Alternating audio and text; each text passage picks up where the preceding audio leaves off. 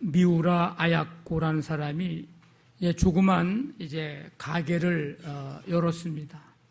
근데 가게를 열었는데 장사가 너무 잘 됐습니다. 그래서 막 트럭으로 물건을 공급할 정도로 장사가 잘 됐는데, 그에 비해서 그 옆집의 가게는 장사가 잘 안 되는 거예요. 그래서 이 미우라 아야코는 그의 남편에게 솔직한 심정을 털어놨습니다. 우리가 가게가 잘 되는 거 이게 참 좋은데, 이웃 가게들이 이게 지금 장사가 안 되고 문을 닫을 지경인데 이게 우리가 바라는 바가 아닌 것 같습니다. 이렇게 얘기를 하는 겁니다. 그랬더니 남편이 그 아내의 이야기를 듣고 속마음으로 굉장히 자랑스러워했습니다. 그리고 이후에 가게를 좀 축소하고 손님이 오면 이웃 가게로 보내주기도 했습니다. 그러니까 시간을 온전히 거기다 쏟고 바쁜 가운데 있었지만 이제 가게 규모도 작게 하고, 그러니까 시간이 조금 여유가 좀 있게 됩니다. 그래서 이 미우라 아야코는 그 남은 시간에 자기가 늘 평소에 관심을 갖고 있었던 글을 쓰는 일을 그 시간에 쓰기 시작을 했는데, 그 글이 바로 소설 빙점이라고 하는 소설입니다.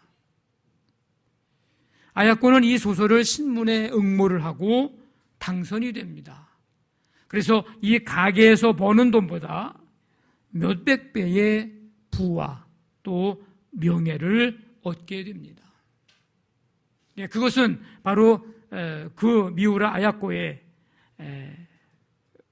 그 누구도 가질 수 없었던 그 빛나는 배려 덕분이라는 것입니다. 우리가 사는 것이 힘든 것은 분명하고 믿음 생활하면서 믿음 유지하는 것도 쉽지는 않습니다. 그러나 다 힘든 가운데서도, 그런 가운데서도 우리가 작은 배려가 있다면 그로 인해서 관계가 행복해지고 교회가 행복해집니다. 우리 옆에 분하고 한번 인사하겠습니다. 우리의 작은 배려가 교회를 행복하게 합니다. 배려라는 건 엄청난 그게 아니고, 우리가 조금만 관심을 가지면 아주 작은 거라도 우리가 서로가 서로를 조금 배려한다면 관계와 또 우리 교회는 더 행복한 그런 공동체가 될 줄로 믿습니다. 이스라엘이, 이 백성들이 이웃 나라에 이렇게 가만히 보니까 왕이 있어가지고 전쟁을 잘하는 것 같은 거예요. 그래서 이스라엘 백성들이 하나님께 우리에게도 좀 사무엘에게 하나님께 우리에게도 좀 왕을 좀 세워달라고. 그래서 이스라엘의 왕정 제도가 도입을 하게 되는데 문제가 생겼습니다. 하나님이 사무엘을 통해서 기름을 부어 왕을 세웠는데 그 왕이 사울 왕입니다. 이스라엘의 제1대 왕이죠. 근데 그가 왕이 된 다음에 더 하나님의 말씀에 순종해서 더 잘 다스려야 되는데, 왕이 없을 때보다도. 근데 왕이 된 후에 하나님의 명령에 불순종하기 시작합니다. 아말렉과의 전쟁에서 아말렉을 쳐서 다 모든 소유를 남기지 말고 진멸하라고 명령을 하나님이 하셨는데, 사울 왕은 아말렉 왕 아각을 사로잡고 또 양과 소, 좋은 것, 기름진 것, 어린 양, 이런 것, 좋은 것들을 진멸하지 않고 남깁니다. 하나님이 그거 모르시겠어요? 아시고서 이제 사무엘을 통해서 묻는 거예요. 어찌 된 일이냐? 사울은 뭐라고 얘기합니까? 하나님께 제사 드리려고 이 백성들이 가장 좋은 것을 남겼습니다. 이거 하나님께 제사 드리려고 남긴 겁니다. 이렇게 변명을 했습니다. 그때 사무엘이 사울 왕에게 하나님의 뜻을 전합니다. 하나님께서 번제와 다른 제사를 하나님의 목소리를 청종하는 것을 좋아하심같이 좋아하시겠나이까?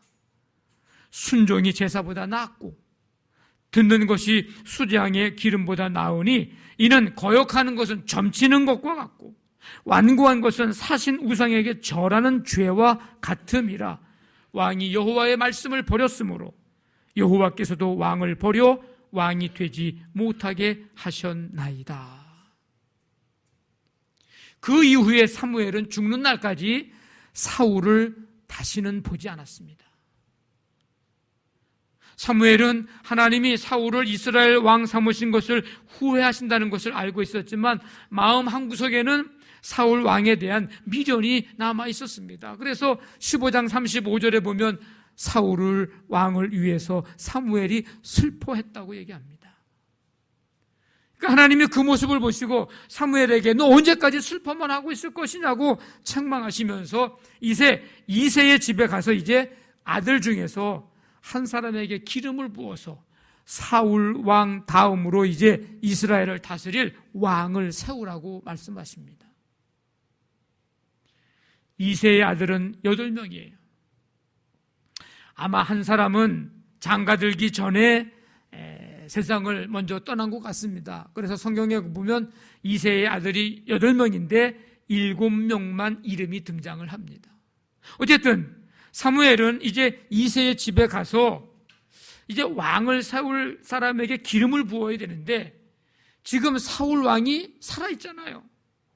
그러니까 자기 놔두고서 누군가에게 왕을 세운다 그러면 사무엘이나 그 왕 세움 받는 사람이나 이건 뭐 큰일 날 일 아닙니까? 그러니까 사무엘이 지혜를 발휘하기를 우리 하나님께 제사 드리자 이런 명목으로 이새의 집에 가서 아들들을 다 불러냅니다.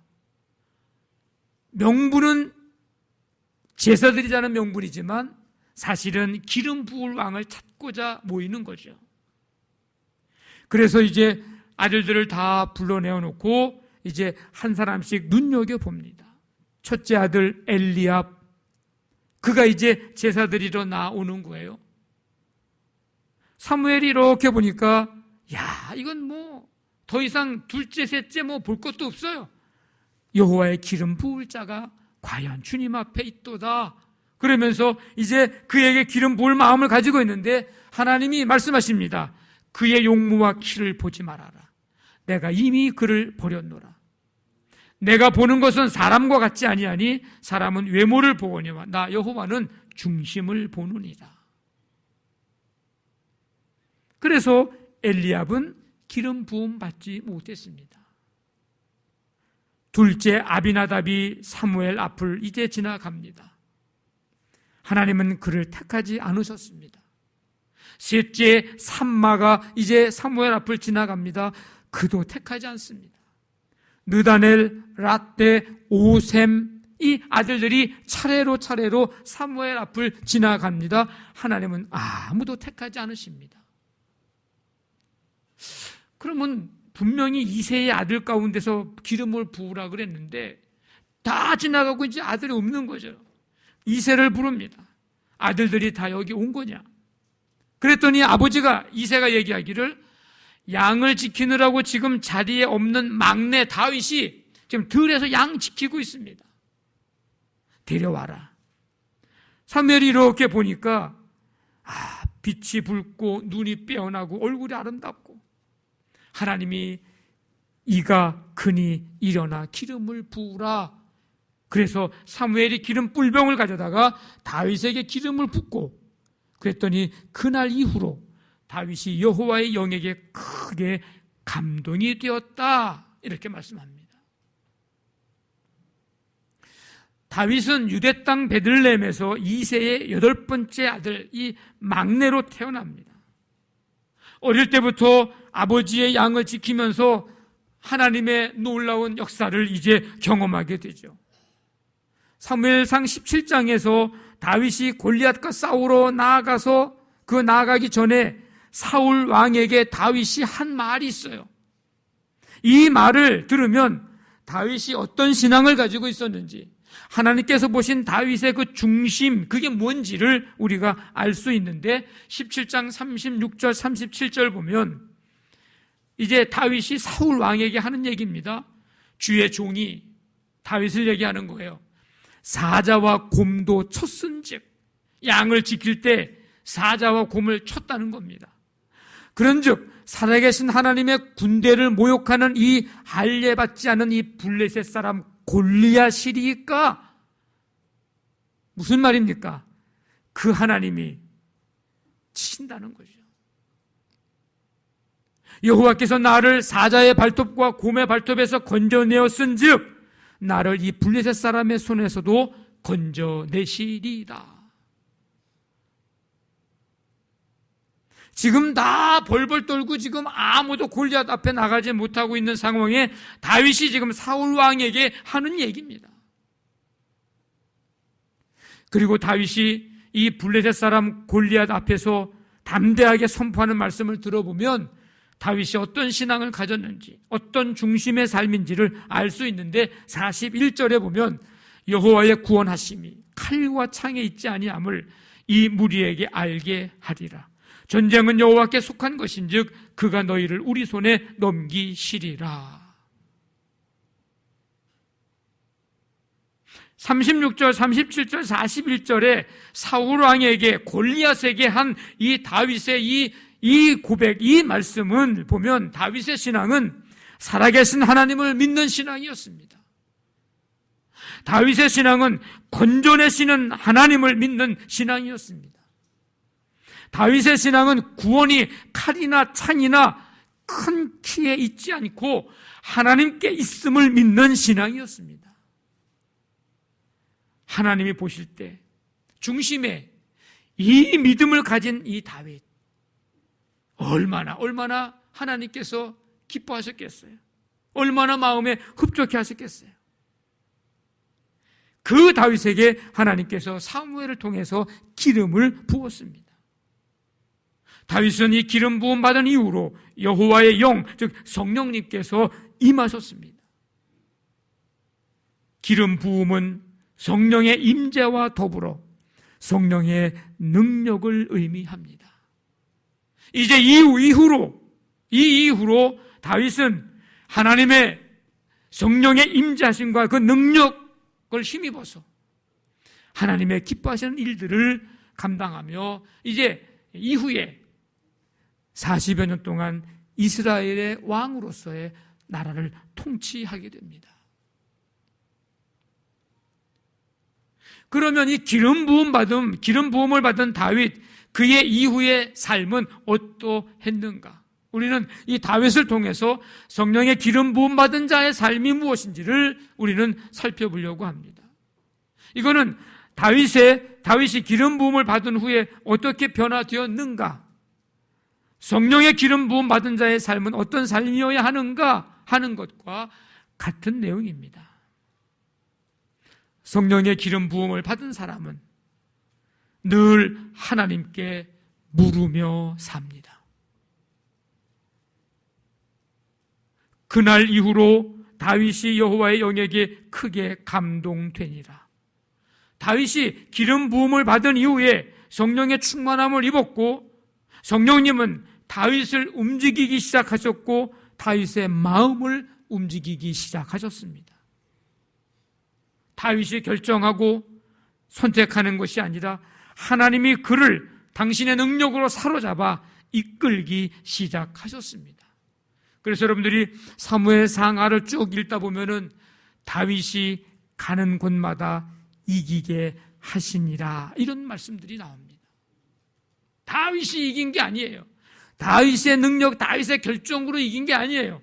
하나님이 그를 이끌어 주시고 성령님이 그를 이끌어 주셔서 이기게 하셨습니다. 다윗은 마음과 생각을 하나님께 집중하여서 시마다 때마다 하나님께 묻는 삶을 살았습니다. 시편 18편 6절에 보니까 다윗은 뭐라고 얘기하냐면 내가 환난 중에서 여호와께 아뢰며 나의 하나님께 부르짖었더니 그가 그의 성전에서 내 소리를 들으심이요. 다윗은요, 환난 중에 있을 때 하나님 앞에 부르짖는 기도를 드립니다. 뿐만 아니라 시편 51편에 보니까 하나님 주의 인자를 따라 내게 은혜를 베푸시며 주의 많은 긍휼을 따라 내 죄악을 지워 주소서. 나의 죄악을 맑게 씻기시며 나의 죄를 깨끗이 제하소서. 하나님, 내 속에 정한 마음을 창조하시고 내 안에 정직한 영을 새롭게 하소서. 회개의 기도입니다. 우리아의 아내 밧세바를 범한 후에 하나님 앞에 범죄한 후에 이제 그가 드리는 회개의 기도입니다. 사무엘상 30장에 보면 아말렉 족속이 이제 아말렉 족속으로 인하여서 성읍이 불타고 다윗의 아내 아히노암 아비가일이 이제 사로잡혀 갑니다. 그때의 다윗은 하나님께 이렇게 묻습니다. 하나님, 다윗이 여호와께 묻자와 이르되 내가 이 군대로 추격하면 따라잡겠나이까? 여호와께서 그에게 대답하시되 그를 쫓아가라. 내가 반드시 따라잡고 도로 찾으리라. 이런 어려운 상황에서 하나님께 묻고 하나님의 응답을 듣고 말씀대로 해서 아말렉 족속 사람들을 쫓아가서 다 빼앗겼던 곳 도로 찾아오고 두 아내도 다시 다 되찾아옵니다. 사무엘하 2장에 보면 그 후에 다윗이 여호와께 여쭈어 아뢰되 내가 유다 한 성읍으로 올라가리이까? 여호와께서 이르시되 올라가라. 아뢰되 어디로 가리이까? 헤브론으로 갈지니라. 다윗은 하나님의 말씀대로 행하고 헤브론에 가서 다시 한번 기름 부음을 받게 되는데 유다의 왕이 돼서 헤브론에서 7년 6개월 동안 이제 유다를 다스리게 됩니다. 사무엘하 5장에 보면 다윗이 여호와께 여쭈어 이르되 내가 블레셋 사람에게로 올라가리이까? 여호와께서 다윗에게 말씀하시되 올라가라. 내가 반드시 블레셋 사람을 내 손에 넘기리라. 제가 지금 읽어드린 이 몇 구절을 보면 우리가 기억해야 할 말씀이 다윗이 여호와께 묻자와 이르되 다윗이 여호와께 여쭈어 아뢰되 라고 하는 말입니다. 환난 당할 때에 부르짖어 기도하고 범죄한 것을 깨닫게 될 때 회개하는 기도하고 다른 나라와 싸워야 하고 빼앗기고 이런 상황 속에서 자기가 원수 같고 자기 아내가 지금 붙잡혀 갔으니 여러분 배는 게 있겠습니까? 그냥 자기 계획대로 한 게 아니에요. 그래도 하나님께 묻고 여쭙고 아뢰면서 하나님이 가라고 할 때 가고 그 하나님의 말씀대로 행하는 이 다윗의 모습을 보게 됩니다. 성령의 기름 부음 받은 자의 삶. 우리는 예수님 믿고 예수님의 이름으로 세례받을 때 성령님을 선물로 받았고 성령의 기름 부으심을 받은 사람들입니다. 아멘. 그렇다면 우리의 삶도 우리의 마음도 우리의 생각도 하나님께 집중하여 늘 하나님께 묻는 삶이어야 합니다. 여러분 힘들어요? 힘들수록 하나님께 물으셔야 합니다. 문제가 있어요? 문제가 있을 때 하나님께 부르짖어 기도해야 합니다. 올라가야 되나 말아야 되나? 저 민족과 싸워야 되나 말아야 되나? 갈 길 몰라 어찌할 바 모르던 다윗이 여호와께 여쭈어 아뢰되 어찌할 바 모를 때가 있으면 여호와께 여쭈어야 합니다. 우리의 죄와 허물을 발견했을 때는 하나님께 용서를 구하는 기도를 해야 합니다. 사단과 환경과 악한 생각과 유혹과 싸우고 있습니까? 여러분 하나님께 기도하십시오. 아뢰십시오. 그럴 때 하나님께서 견디게도 하시고 아멘. 극복하게도 하시고 아멘. 인도도 해주시고 아멘. 승리케도 해주실 줄로 믿습니다. 성령의 기름 부음을 받은 자의 삶은 심하다 때마다 하나님께 묻는 삶이어야 합니다. 뿐만 아니라 성령의 기름 부음을 받은 사람은 축복의 통로로 쓰임을 받습니다. 다윗은 기름 부음을 받을 때 성령께서 임하셨고, 여호와의 영이 떠난 사울이 악한 영으로 번뇌할 때에 성령 충만함을 입은 다윗이 그 사울 앞에서, 악령이 들어서 번뇌하고 있는 사울 앞에서 수금을 연주합니다. 그랬더니 악령이 그에게서 떠나서 사울이 상쾌하여 나았고 악령은 떠나가게 되었습니다. 치유가 되었습니다. 평안을 되찾아 주었습니다. 다윗은 축복의 통로로 쓰임받았습니다. 블레셋 장군 골리앗 만군의 여호와의 이름으로 나아가 쓰러뜨림으로 말미암아 나라를 위기에서 구합니다.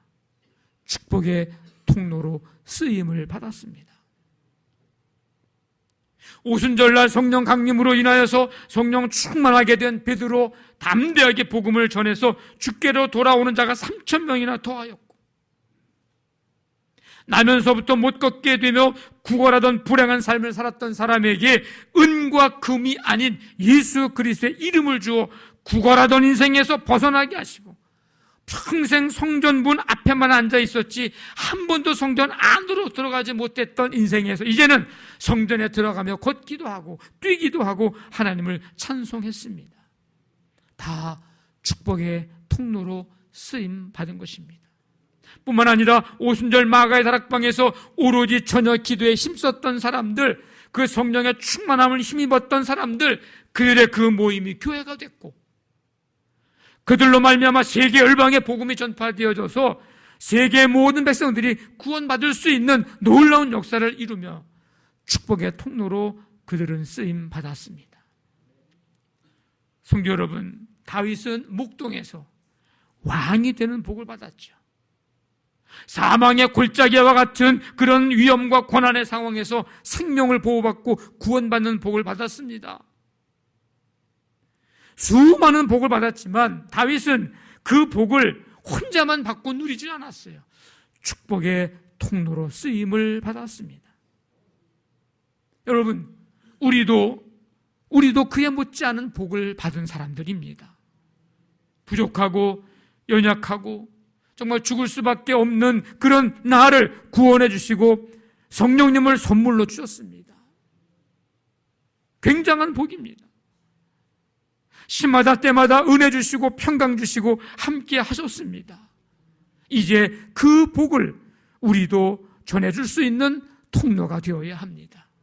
이 시간 이곳에 있는 성령의 기름 부으심 받은 여러분들, 그 은혜로 말미암아 이후의 여생의 삶에서도 축복의 통로로 쓰임받게 되기를 주님의 이름으로 간절히 축원합니다. 성령의 기름 부음을 받은 사람은 관용합니다. 관용. 다윗이 지금 이 기름 부음 받을 때가 몇 살인 줄 아십니까? 15살이에요. 15살. 근데 왕이 되기 위해서 기름 부음을 받았지만 곧바로 그가 왕이 돼서 나라를 통치한 게 아닙니다. 그가 이스라엘의 통일 왕국의 왕이 된 것은 그로부터 약 15년이 지난 30세 때, 그리고 그 이후에 40년 동안 이스라엘의 통치자가 되었습니다. 오늘 이 기름을 부음 받은 다음에 17장에서 골리앗을 물리치고 나서 사울 왕의 시기와 질투로 말미암아 이 다윗은 약 10년 동안 도망다니는 신세가 됩니다. 그런데 도망다니다가 드디어 사울 왕을 죽일 찬스가 왔습니다.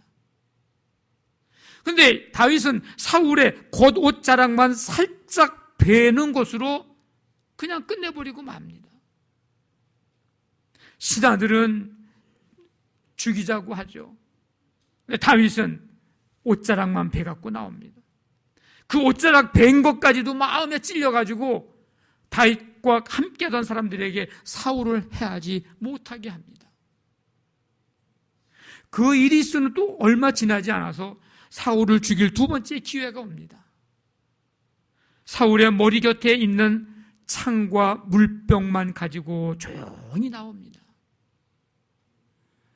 지긋지긋한 이 도망다니는 이 신세를 이제 끝낼 수 있고 자기가 왕이 될 수 있는, 지금 바로 통치할 수 있는 절호의 기회가 왔지만 하나님께서 기름 부어 세운 왕을 내가 죽인다고 하는 것은 하나님께 범죄하는 행위이기 때문에 그렇게 하지 않고 오히려 그에게 관용을 베풉니다.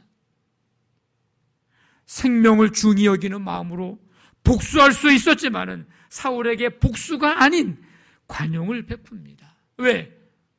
첫째는 하나님께서 기름 부어 세운 왕이기 때문이고, 또 한 가지는 그렇게 자기가 무력으로 사람을 죽이면서 왕이 되고 싶지 않은 거죠. 하나님의 때를 기다리면서 그는 그렇게 기다리며 관용을 베풀었던 것입니다. 이 다윗의 이 관용의 힘은 무엇이었을까? 어디에서부터 온 것일까? 기름 부음으로 인한 성령의 감동, 성령의 충만함, 이것이 바로 그의 관용의 힘이었습니다. 피아니스트 프란츠 리스트라고 하는 피아니스트가 있습니다.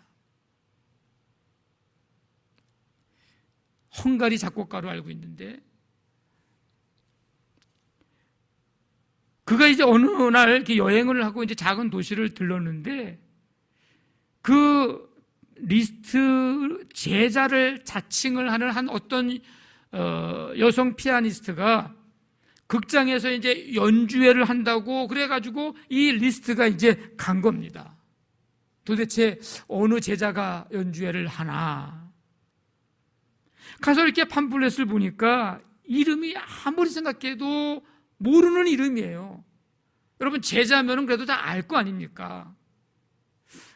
그래서 이 리스트가 이제 그 연주자를 이제 연주하기 전에 그를 찾아갑니다.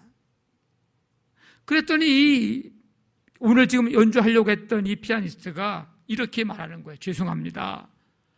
선생님의 이름을 빌리지 않으면, 여러분 이 리스트는 굉장히 유명한 피아니스트입니다. 이 선생님의 이름을 빌리지 않으면 저 같은 무명 음악가가 연주하는 이 연주회에 아무도 오지 않을 것 같아서 선생님의 이름을 제가 사용했다고, 용서해달라고. 연주회 전에 그냥 울먹이면서 그 용서를 비는 거예요. 그래서 이 리스트는 그 피아니스트를 데리고 이제 음악실로 데리고 가서 피아노 연주를 좀 시켰습니다. 열심히 준비한 거 이제 보여주는 거죠. 그래서 이 리스트가 몇 군데 이제 수정을 좀 해줬습니다. 말하자면 짧은 시간에 개인 레슨을 해준 거죠. 그러면서 이렇게 말했습니다. 당신은 방금 나에게 피아노를 배웠어. 그러니 아무 걱정하지 말고 오늘 리스트의 제자로서 연주회를 당당하게 해 주시오.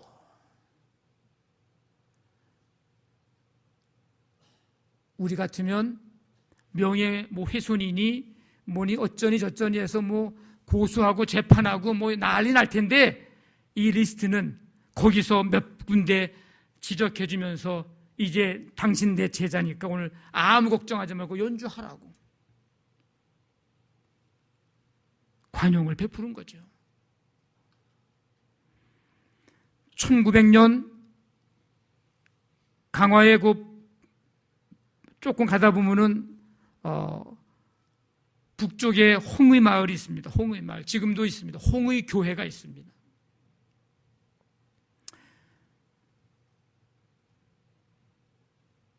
제가 강화에서 있을 때 100년이 넘었다는 얘기를 제가 그때 들었던 것 같으니까 지금이면 훨씬 120년 가까이 아마 된 걸로 기억이 되는데, 그 홍의 마을에 종순일이라고 하는 부자 교인이 있었는데 마을에서 이 사람 돈을 안 빌려간 사람이 없습니다. 그가 성경을 마태복음 18장을 읽다가 1만 달란트 빚진 자에 대한 말씀을 이제 읽게 됩니다. 근데 그날따라 그 말씀을 읽는 가운데 이 성령의 감동을 받아서 도무지 잠을 잘 수가 없는 거예요. 그래서 어느 날 주일 오후 예배를 마치고 자기에게 돈 빌려간 마을 사람들을 다 불러 모읍니다. 이 사람들은 약간 이제 막 불안한 거예요. 아유, 또 이게 빚을 또 독촉하나 보다. 왜 안 갚느냐고 그러나 보다. 불안한 마음으로 이제 모였습니다. 근데 이 종순일 씨가 자기가 읽은 마태복음 18장의 1만 달란트 빚진 자의 그 말씀을 그 지금 모여든 사람들에게 다 말씀을 이제 읽어줬습니다. 그 말씀을 읽어준 다음에 여기에 나오는 이 악한 종이 바로 접니다. 내가 주님의 은혜로 죄사함 받은 것이 1만 달란트 빚 탕감 받은 것보다 더 크거늘 내가 여러분에게 돈을 빌려주고 그 돈을 받으려 하는 것이 100데나리온 빚을 탕감해 주지 못한 것보다 더 악한 짓입니다. 오늘부로 여러분들에게 빌려준 모든 돈 없는 것으로 하겠습니다. 그리고 그 빚진 자들 그들 앞에서 빚 문서를 다 꺼내서 그들이 보는 앞에서 그걸 다 불살라 없애버렸습니다. 그 빚을 탕감받은 그 마을 사람들 어떻게 되겠습니까? 다 홍의교회 교인들이 된 것입니다.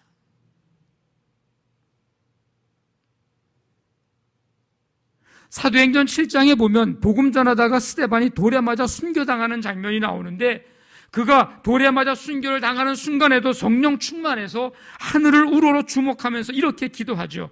주 예수여 내 영혼을 받으시옵소서. 주여 이 죄를 그들에게 돌리지 마옵소서.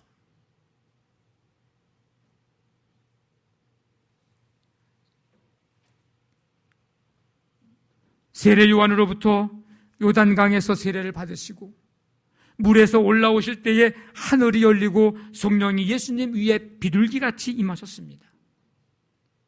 그 이후로 늘 성령 충만하신 예수님께서는 이제 마지막 십자가 위에서 이렇게 기도하십니다. 아버지, 저들을 사하여 주시옵소서. 자기들이 하는 것을 알지 못함이니이다. 관용의 마음에는 용서와 화해와 그리고 베품이 포함이 됩니다.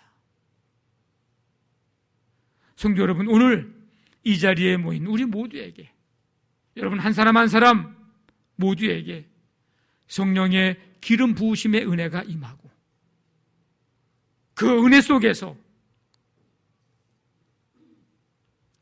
기도하며 그 은혜 속에서 축복의 통로로 쓰임받고 그 은혜 가운데 관용하며 하나님의 뜻, 하나님의 영광을 나타내는 복된 삶이 되시기를 주님의 이름으로 간절히 축원합니다.